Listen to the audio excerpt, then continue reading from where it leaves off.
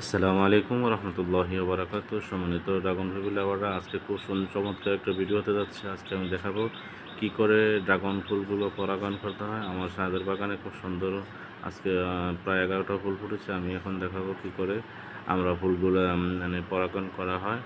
তো সবাই দেখতে থাকুন। খুব সুন্দর একটা চমৎকার একটা এন্টারটেনমেন্ট, যা আমরা আসলে সবারই বাগান করে থাকি। তো আমরা প্রথমেই ধরেন এই ফুলগুলোকে এরকম এই পাপড়িগুলো ওই জায়গা থেকে ফালাই নিয়ে এভাবে লাড়া দিয়ে ফেলে এটা পাত্র দিয়ে ফালাবো, ব্রাশ দিয়ে, পরে এই ফুলের আগাড়ার মধ্যে এভাবে লাগাই দেবো। তাহলে এইভাবে লাগাই দিলে ধরেন এটা যদি প্রাকৃতিকভাবে পরাগণ নাও হয়, যদি আপনি হাত দিয়ে করে দেন হ্যান্ডশেকের মাধ্যমে, তাহলে এটাও খুব সুন্দর চমৎকার একটা পরাগণ হয়। তাহলে আপনার আর ফুলগুলো নষ্ট হবে না, ঝরবে না, আপনার ফলগুলো ভালো হবে।